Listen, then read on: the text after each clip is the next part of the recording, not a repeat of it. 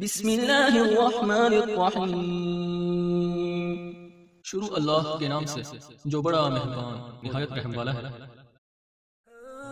तालीमात कुरान और अहले बैत की तबलीग और तरवीज के लिए अबू इब्राहिम आगा अली रूहानी का साथ दें।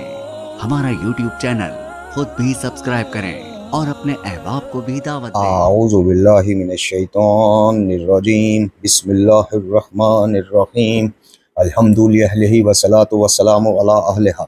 अल्लाहुम्मा सल्लि अला मुहम्मद व आले मुहम्मद व अज्जिल फरजहुम। मोहतरम नाज़रीन व सामीन, अस्सलामु अलैकुम व रहमतुल्लाहि व बरकातुहू। आज की नई वीडियो के साथ हाजिर खिदमत हैं। मैं हूं अली रूहानी और आप देख रहे हैं हमारा ऑफिशियल यूट्यूब चैनल। मोहतरम नाज़रीन व सामीन, आज की नहायत मुख्तसरन वीडियो में आपसे एक दफ़ा फिर कुछ गुजारिशात लेकर हाज़िर हुए हैं। एक मशहूर ज़माना गाली भगोड़ा जो पाकिस्तान से उम्मत में तफरका डलवाने की कोशिश करके भागा हुआ है, वो जो तफरका है वो हमारी अक्सरियत, चूँकि हमारी अक्सरियत का भी कसूर कोई नहीं, उनकी जहन साजी और तरबियत ही ऐसी हुई है कि उनको वो तफरका जो हम जिसको तफरका उम्मत में कह रहे हैं, उनको वो फ़ज़ाइल मोहब्बत और अगले का इश्क नज़र आता है अहले बैत अलैहिमुस्सलाम के साथ। हालांकि अहले बैत अलैहिमुस्सलाम की सुन्नत और सीरत अगर आप देखें तो मामला यकसर ही उल्टा है। यकीन कीजिए, आइमा अहले बैत अलैहिमुस्सलाम ने बाद अज़ रसूलुल्लाह सल्लल्लाहु अलैहि वसल्लम, उनको ये दीन, ये उम्मत, ये बहुत प्यारी थी। ये अहकामात, ये शरीयत उनको बहुत प्यारी थी। आप यहीं से अंदाज़ा लगा लें कि जब शरीयत के साथ छेड़छाड़ होता देखा, जब शरीयत के कानून बदलते देखे, जब वही इलाही का यज़ीद लईन पलीद को मजाक उड़ाते देखा, तो जनाब सैयदुल शुहदा ने अली असगर से लेके, अली अकबर से लेके, अबुल फजल अब्बास अलमदार अलैहिस्सलाम से लेके जनाब जॉन, जनाब हबीब इब्न, ना दोस्त देखा, ना कोई औलाद देखी, ना भाई देखे, तमाम कुनबा अपने समेत राय खुदा में शहीद करवा दिया।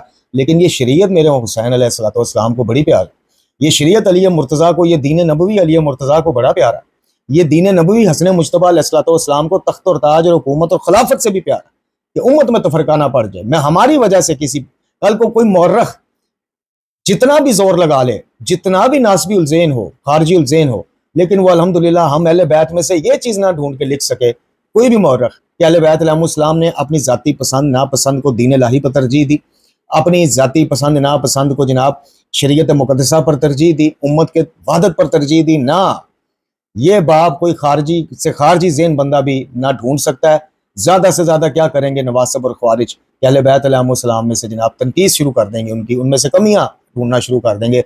लेकिन किसी भी बड़े से बड़े खारजी को ये जुर्रत ना होगी, अगर होगी तो ये उसके अपने मशकूकुल नसब होने की दलील होगी। इसके अलावा कोई दलील दे नहीं सकेगा तारीख से कि अहले बैत अलैहिमुस्सलाम ने कभी भी कोशिश की हो कि जनाब हमारा हक छीन लिया गया, हमारे साथ ये मामला बना दिया गया, तो अब माज़अल्लाह समझाने के लिए बात कर रहा हूँ कि अब उम्मत जाने थे जनाब, जाने हम तो जनाब अपना नहीं, खामोशियाँ इख्तियार कर ली, कुछ चीज़ों पे बिल्कुल सब्र का दामन हाथ से ना छोड़ा। लेकिन उनको ये शरीयत, ये दीन, ये मामलात इलाहिया, यानी जो रसूलुल्लाह सल्लल्लाहु अलैहि वसल्लम की जो सुन्नतें हैं, जो आपकी हिदायतें हैं, जो आप पर अल्लाह ताला ने शरीयत उतारी, कुरान उतारा, ये चीज़ें बहुत अहले बैत को प्यारी हैं। हमें हमारी ज़हन साजी और तरबियत साजी इस तरह से की गई है, तरबियत इस तरह से की गई है कि हमें हर वो चीज़, वो मोहब्बत मोहब्बत और इश्क के नाम पर हमें हर वो चीज़ हम सारा आंखों पे लगा लेते हैं कि जनाब जिनके ऊपर कोई चरब ज़बान ये साबित करना चाहे कि देखो जी मैं अहले बैत अलैहिमुस्सलाम के हक़ का दफ़ा कर रहा हूँ, दुनिया मेरी दुश्मन हो गई है, आप लोग मेरा साथ दें। हालांकि हम इस चीज़ को सोचने की ज़हमत नहीं करते कि जिनके नाम पर ये सारा कुछ खोल के बैठा हुआ है, उनकी खुद सुन्नतें और सीरतें क्या हैं। क्या उन्होंने तबर्रेबाजी के लिए जत्थे बनाए? क्या उन्होंने अपनी औलाद को ये किसी एक इमाम से बराह रास्त मौला अली से शुरू हो जाओ, और भाई मुझे किसी एक इमाम के उसमें से सबूत भी तो दो ना कि ये अगर उम्महातुल मोमिनीन की तौहीन करना, ठीक है, जो इख्तलाफात हैं, मैं अपनी हर वीडियो में कहता हूँ कि वो अज़ल मिन शम्स है, वो सूरज की तरह रोशन है, वो शिया सुन्नी दोनों मसादर से मिल जाएंगे। इख्तलाफात हैं भाई, इसलिए शिया शिया तो सुन्नी सुन्नी है, लेकिन इख्तलाफात को बुनियाद बनाकर, जमल को बुनियाद बनाकर, दीगर मामलात को बुनियाद बनाकर कभी उम्महातुल मोमिनीन की तौहीन करना, कभी खुलफा सलासा के हवाले से बिल्कुल निचली सतह की ज़ुबानें इस्तेमाल करना और उनके ऊपर इस किस्म की बातें कर जाना कि अगर जवाब में फिर कोई खारजी बात करे तो जनाब फिर हम वो उसका शोर डाल देते हैं। तो ये सारी चीज़ें अगर हैं तो क्या अहले बैत अलैहिमुस्सलाम ने कभी किसी अपनी औलाद में से वसीयत किसी को की कि सबसे अजीम इबादत यह है कि जनाब अपनी मजालिस में, अपनी महाफिल में जहाँ हमारे फ़ज़ाइल बयान करो, वो तब तक मुकम्मल नहीं होने जब तक जनाब बरादरान के बुजुर्गान की तौहीन ना करो। जो कुरान की नस से हमारी माएँ हैं उम्महातुल मोमिनीन, उनके अदब को भी छोड़ दो। इख्तलाफात हैं, सब कुछ है, लेकिन अदब का दामन छोड़ दो। तो ये सारी चीज़ें हमारे समझने की हैं तब कि जब हम सीरत अहले बैत को पढ़ के समझेंगे। हम क्या करते हैं, जैसे मशहूर ज़मा फितना जो है, फितना ज़मा, वो जाली शेखुल हदीस यारी जो अमेरिका में बैठा है, जैसे वो क्या साबित करता है, जब आप उसको अपनी कुतब से हवाले निकाल निकाल के दिखाओगे ना, तो वो क्या कहेगा आपको, वो सारी बात डाल देगा तकिया के ऊपर कि तकिया किया हुआ था जी, तकिया हुआ हुआ। वो खुलफा सलासा को मशवरे क्यों मौला अली देते थे, जान का खतरा था जी। एक तरफ असदुल्लाह गालिब और एक तरफ इमाम जो खुद फरमा रहे हैं कि हमारा बाद नबी खुदा सल्लल्लाहु अलैहि वसल्लम उनकी शरीयत के अहकामात, कुरान के अहकामात लोगों तक पहुंचाना और इस सिलसिले में किसी मुखालफत की परवाह न करना, मफहूम पेश कर रहा हूँ, यही इमाम का मनसब है। उनके ऊपर इल्ज़ाम हम लगा देते हैं कि जनाब वो जनाब उम्मे कलसूम सलामुल्लाह अलैहा बिनते अमीरुल मोमिनीन का रिश्ता खलीफा दोम ने मांगा, साथ धमकी दी, ये बकौल जारी के और बकौल अल्लामा मजलिसी साहब के सरकार के अल्लाह मकाम ये धमकी दी कि अली अगर ये रिश्ता कबूल ना किया तो मैं आपके चोरी के इल्जाम में हाथ कटवा दूंगा। मौला अली परेशान हो गए।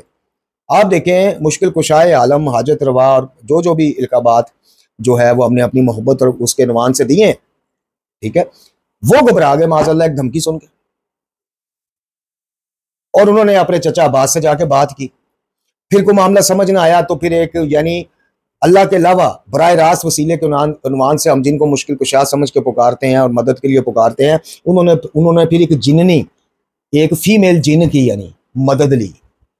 वो उम्मे कलसूम सलामुल्लाह अलैहा की हम शक्ल बन गई और अमीरुल मोमिनीन अली बिन अबी तालिब जनाब खलीफा दोम का सामना ना कर सके। माज़अल्लाह जो ये बताते हैं यारी साहब और मजलिसी साहब ने जो लिखा, सामना ना कर सके, लेकिन एक जिन्नी को हम शक्ल अपनी बेटी का बना के तो वो रुखसत कर दी। अब ये जो गाली है जिसका मैं अभी क्लिप दिखाऊंगा आपको, इस शख्स के खाते में भी बहुत बहुत बड़ा शिर्क पड़ा हुआ है, यानी जनाब आदम अलैहिस्सलाम का खालिक अली को बताना। फिर जो सिंध के एक सूफी के बारे में जो इसकी पूरी एक यूट्यूब पे और फेसबुक पे आपको क्लिप मिल जाएगी, जो इसने वहां पे जो हुसैन ने कहा कि मैं अता कर रहा हूँ, हुसैन के दर के नौकर नाजल होते हैं तो हुसैन के अहले बैत कैसे बनी। अब इसका ये क्लिप छोटा सा मेरे पास पहुंचा। अब आप देखें कि ये इसमें बरमला ऐलान कर रहा है कि कुरान हिदायत कैसे दे सकता है, या ये कि अब समझ आई कि कुरान से आज तक हिदायत क्यों नहीं मिलती माज़अल्लाह। यानी सूरह मुबारक बकरा में अल्लाह ताला फरमा रहा है कि ये है, मफहूम पेश कर रहा हूँ कि यही सरापा हिदायत उनके लिए जो मुत्तकीन है। अब इस जैसे गाली का कहना वैसे बनता भी है, हाँ ये बात है, वैसे गालियों मलंगियों नसैरियों शेखियों का कहना बनता है कि हमें कुरान से हिदायत नहीं मिलती, और अपने जैसा फिर वो समझते कि किसी को भी नहीं मिलती। लेकिन चूंकि बदकिस्मती ये है कि ये आज मुबल्लिगान शिया बने हुए हैं, मुबल्लिगीन शियत बने हुए हैं, यारी हो गया, ये हो गया, ये अब शियत का एक वो बने हुए हैं। अब इनको गाली तो समझता कोई नहीं, लाखों रुपया दे के इनको पढ़वाने वालों को ये पता ही नहीं है कि ये मजलिस से इनके घाटे फिट हो सकती है क़यामत वाले दिन, जिनमें सरेआम कभी शिरक बका जाता है, कभी तफरके की बातें होती हैं, कभी गलू हद से बढ़ जाता है, कभी अब कुरान के ऊपर बात हो रही है। अब ये बंदा अपने मुख्तसर क्लिप में क्या कहना चाह रहा है ये जरा आप समाअत फरमाएं। मुख्तसर सा क्लिप है और उसके बाद इंशाल्लाह बाकी गुफ्तगू आपके सामने रख के आपसे इजाजत लेते हैं। आ गई मदनी सूरतें पहले रख दी। कुरान को अगर आप पढ़ना शुरू करें तो कुरान चलते चलते आयत एक बताती आगे लहजा बदल देती है। बात हो रही होती है बनी इसराइल की और आगे फौरन हज की बात होना शुरू हो जाती है। हज की बात हो रही होती है, आगे औरतों के हकूक की बात होना शुरू हो जाती है। कुरान नहीं बदला, तरतीब बदल दी। तरतीब ऐसे बदली कि जब एक किताब आप पढ़ें, आपके पास एक किताब हो और उस किताब को कोई घर का बच्चा आके शरारत में फाड़ दे और सफ़े इधर उधर कर दे, तो अब जब आप किताब पढ़ना शुरू करेंगे तो अब आपको किताब में से कुछ समझ नहीं आएगा। एक सफ़े में कुछ है, दूसरे सफ़े में कुछ है। अब पता चला कि आज तक कुरान हदायत क्यों नहीं दे रहा। ये फिरके फासले सफ़े में कुछ है। अब पता चला कि आज तक कुरान हदायत क्यों नहीं दे रहा। ये फिरके फासले सफ़े में कुछ है। अब पता चला कि आज तक कुरान हदायत क्यों नहीं दे रहा। जी मोहतरम नाज़रीन और सामीन, आपने समाअत फरमाया। यानी एक तो ये आप समझें सबसे पहली बात कि गाली जो है वो भी गाली है। कुरान से इसको मसला क्या है। अब कुछ तो बरमला यारी के जैसे कह देते हैं कि जी हम इसको तारीफशुदा मानते हैं, ये महफूज रहा ही नहीं माज़अल्लाह सुम्मा नाउज़ु बिल्लाह। हमारे नज़दीक हर वो बंदा दायरा इस्लाम से बाहर है कि जो कुरान की महफूजियत पर शक करता है कि जाके यारी की तरह खुला इकरार करता है कि जी ये वाक़या इसका एक क्लिप मेरे पास पड़ा हुआ यारी का, मैंने अपनी वीडियो में लगाया भी था, कि जिसमें कहता है जी भाड़ में जाए शिया सुन्नी रवायात, मैं इसको नाकस समझता हूँ माज़अल्लाह, मैं समझता हूँ इसमें से बहुत चीजें निकाल ली गई। अब ये गालियों का एक हथियार है बहुत बड़ा, उसकी वजह क्या है? अब कुछ तो यारी की तरह खुल के करार कर लेते हैं, कुछ इसकी तरह दबे लफ्जों में, नहीं जी कुरान तब्दील नहीं हुआ जी, नजूली। अब मौला कायनात अमीरुल मोमिनीन अली अलैहिस्सलाम ने जो कुरान जमा किया था, उसका खासा ये था कि वो एक तो हर आयत उसकी तरतीब के नजूल की तरतीब थी, दूसरा वो शरह थी। ये यानी जैसे आप उलमा के साइडों पे हाशिया नहीं देखते, किसी आयत का शान नजूल, सबब नजूल, और ये इसी तरह अमीरुल मोमिनीन जिनके सामने ज़िंदगी में सारी माशाल्लाह आयात रसूलुल्लाह सल्लल्लाहु अलैहि वसल्लम खातिमुल अंबिया जानिब दो आलम पर नाज़िल हुई, मौला अली का हाशिया था। तफसीर सूरह फातिहा इतनी वो वसी थी कि वो खुद एक 2-3 किताबों जितना हुज्जम था उसका। खैर, अब ये कहता है जी तब्दील तो नहीं हुआ, लेकिन आगे आपने पढ़ा कि इस बदबख्त ने बड़े गैर महसूस तरीके से किस तरह कुरान मजीद की तौहीन की। मेरी नज़र में, हो सकता है मैं गलत हूँ, आप मेरी सलाह कर। यानी कुरान को एक आम किताब से तशबीह देता है कि जैसे कोई बच्चा किताब पढ़ दे और वो टेपों से बाद में जोड़ें तो कोई बात किधर कोई किधर। ये बहुत बड़ी इसने बात की है जो आपने वाह वाह करके, आपसे मुराद जो इसके आगे बैठे हुए थे, आप लोगों ने गुजार दी। यानी एक आम किताब, एक बच्चा, और कुरान अल्लाह की किताब और अल्लाह की हिफाजत और तरतीब जो खुद रसूलुल्लाह सल्लल्लाहु अलैहि वसल्लम आयात की करवा कर गए, सूरतों के नाम रखवा कर गए, उसके ऊपर बहुत बड़ा इसने उंगली उठाई। और फिर जो असल बात इसके मुंह से निकली कि अब पता चला कि कुरान से हिदायत क्यों नहीं मिलती या कुरान हिदायत क्यों नहीं देता। तो गालियों का सबसे बड़ा मसला ये है कि जब तक अल्हम्दुलिल्लाह सुम्मा अल्हम्दुलिल्लाह, जब तक मोमिनीन मोहिदीन कुरान को अपना पेशवा इमाम और रहबर बनाकर रखेंगे मौला अली के फरमान के मुताबिक, इनकी दाल गालियों की और मलंगियों की गलने वाली कोई नहीं। क्यों? पीछे हुक्म नबी और हुक्म इमाम हमारे साथ खड़ा है, हमारे पास है। हमारी जो हदीस तुम तक पहुंचे इसको कुरान के म्यार पे परखो, मुताबिक कुरान हो तो ले लो वरना छोड़ दो। वो हमने की, वो है ही नहीं हमारी, हमने कही नहीं, किसी जगह दीवार पर दे मारो। तो ये आप जरा सोचें कि कुरान मजीद फुरकान हमीद में कहीं सूरह बनी इसराइल में इसको मोमिनीन के लिए शिफा और रहमत कहा गया, सूरह मुबारक बकरा में के यानी कुरान के आगाज में ही कह दिया गया कि यह किताब हिदायत है मुत्तकीन के लिए। कहीं सूरह मुबारक इनाम में, सूरह मुबारक उसमें निसा में और दीगर जा बजा कुरान मजीद फुरकान हमीद में लोगों की हिदायत है, इसमें यह कहा गया। अब दामने वक्त में गुंजाइश नहीं है, हवाले मैंने आपको कुछ सूरतों के दे दिए, बाकी इंशाल्लाह हमारी गुज़श्ता वीडियोस आप देख लें और खुद चलें। रसूलुल्लाह सल्लल्लाहु अलैहि वसल्लम के बाद चूंकि ये मामला बना जमा कुरान और ये वो और इस तरह, हम अमीरुल मोमिनीन से शुरू कर देते हैं। हालांकि रसूलुल्लाह सल्लल्लाहु अलैहि वसल्लम की ज़बान से भी इस कुरान के जितने फ़ज़ाइल हदीस की सूरत पहुंचे, लेकिन चूंकि इन्होंने मामला बनाना होता है बाद नबी खुदा सल्लल्लाहु अलैहि वसल्लम, तो हम अमीरुल मोमिनीन से अगर पढ़ना शुरू करें तो आप खुद देखिए कि कुरान के फ़ज़ाइल में अमीरुल मोमिनीन क्या क्या नहीं कह गए। अभी मैंने परसों वाली वीडियो में खुतबा पढ़ा पूरा, जिसमें आप फरमा रहे हैं कि आलिम हकीकी वो है जो अपना पड़ाव वहां डाले जहाँ कुरान डालता है, कुरान जहाँ कहता है वहां रुक जाता है, जहाँ कहता है चल जाता है, और जिसने कुरान को अपना इमाम पेशवा और रहबर बनाया हुआ। और फिर खुतबा नंबर 174 में क्या कहते हैं, चूंकि हिदायत की बात हो रही है बकौल इस गाली भगोड़े अलवी के, जी कुरान तो हिदायत देता नहीं जी। तो अमीरुल मोमिनीन क्या फरमा रहे हैं कि याद रखो कुरान ऐसा नसीहत करने वाला है जो फरेब नहीं देता, और ऐसा हिदायत करने वाला है जो कभी गुमराह नहीं कर सकता। जो कुरान से हिदायत लेता है वो गुमराह नहीं होता, और जो कुरान से दूर होता है उसको हिदायत नहीं मिलती। ये आपके मौला फरमा रहे हैं, मेरे मौला फरमा रहे हैं। लेकिन चूंकि ये बात करने से शायद इतनी वाह वाह होती नहीं है, इतनी थबंटू मिलते नहीं है फीसों की सूरत में, इसलिए फिर ये गालियों ने अपने अंदर का बुग़्ज़ से कुरान भी सामने लाना होता है। वो लाने की फिर ये बेहतरीन ये होता है कि उस बुग़्ज़ को भी मोहब्बत अहले बैत के रैपर में लपेट के आप तक पहुंचाया जाए, फिर आप कबूल कर लें। अच्छा, फिर कहते हैं कि इसका कुरान का हम जो भी इस कुरान का हमनशीन हुआ वो हिदायत को बढ़ाकर और गुमराही और जलालत को घटाकर इनसे यानी गुमराही और जलालतों से अलग हो गया, और कुरान का हमनशीन होने की वजह से उसकी हिदायत में इजाफा हो गया। ये भगोड़ा अलवी कह रहा है कि जी हाँ आप समझ आई कि कुरान हिदायत क्यों नहीं देता जी। इसी तरह आप कहते हैं जान लो कुरान की तालीमात के बाद किसी और लाया अमल की जरूरत ही नहीं, और ना कोई कुरान से कुछ सीखने से पहले बेनियाज हो सकता है और ना हिदायत पा सकता है। इसी तरह आप आ जाए खुतबा नंबर 181 में कि अच्छा कुरान अच्छाइयों को हुक्म देने वाला, बुराइयों से रोकने वाला, बज़ाहिर खामोश लेकिन बातिन में बोलने वाला, मखलूकात पर अल्लाह की हुज्जत है। अब हुज्जत वो चीज हो कि जो हिदायत ही नहीं देती, जिसकी आयात में जिसका जो दिल किया निकाल लिया, जिसका जो दिल किया वो आयत वहां से उठाई वहां रख ली, और अल्लाह ताला ऊपर कह रहा है कि मैं इसका मुहाफ़िज़ हूँ, इन्ना नहनु नज़्ज़लना ज़िक्रा व इन्ना लहू लहाफ़िज़ून। उसके बावजूद हम इस चीज पे कि जी आयतें इधर से उठाई। अब देखें ना इसने क्या कहा कि जी वो एक आयत उसमें बनी इसराइल का जिक्र है, फिर अगली आयत हज की आ गई, उससे अगली फलां की आ गई। यानी ये आपको आपके ज़हनों में देखे किसी तरह गैर महसूस तरीके से शक डाल रहा है कुरान को लेकर, और ये गालियों का काम है। मैंने अर्ज की कि गालियों का काम चलता ही नहीं जब तक कुरान मशकूक ना बना दें आपकी नजर, क्योंकि पीछे आपको बताया, पाबंद किया गया है कि हमारी कोई हदीस मुताबिक, और ये तब कहा कि जब खुद मौजूद थे और अभी 6 इमाम और आने थे।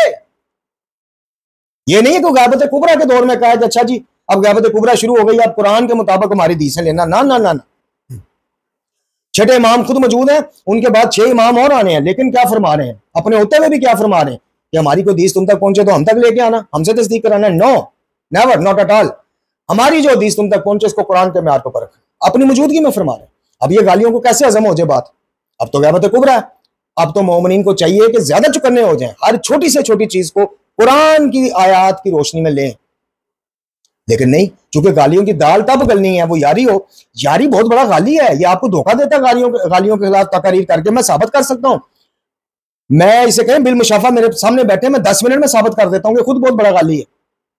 ये क्या धोखे दे देता है आप लोगों को। खैर, अच्छा जी, इमाम ज़ैनुल आबिदीन अलैहिस्सलाम क्या फरमाते हैं अपनी इस दुआ में जो खत्मुल कुरान के हवाले से सहीफा कामला में, ऐ अल्लाह जिस तरह तूने इस कुरान के जरिए मोहम्मद सल्लल्लाहु अलैहि वसल्लम को अपनी रहनुमाई का निशान बनाया और उनके हाल के जरिए अपनी रज़ा और खुशनुदी की राहें अश्कार की, यूं ही मोहम्मद और उनकी हाल पर रहमत नाज़िल फरमा और हमारे लिए कुरान को इज्जत और बुजुर्गी की बुलंद पाया मंजिलों तक पहुंचने का वसीला, नाकस किताब को जिसकी आयतें छेड़छाड़ कर दी गई, माज़अल्लाह सैयद सजाद कहेंगे कि हमारा वसीला करार दे अपनी रज़ाओं तक पहुंचने का इस कुरान को, और सलामती के मुकाम तक बुलंद होने का जीना और मैदान अशर में निजात को जज़ा पाने का सबब और महल क़याम यानी जन्नत की नेमतों तक पहुंचने का जरिया करार दे। दुआ खत्मुल कुरान अस सहीफा कामला। अच्छा,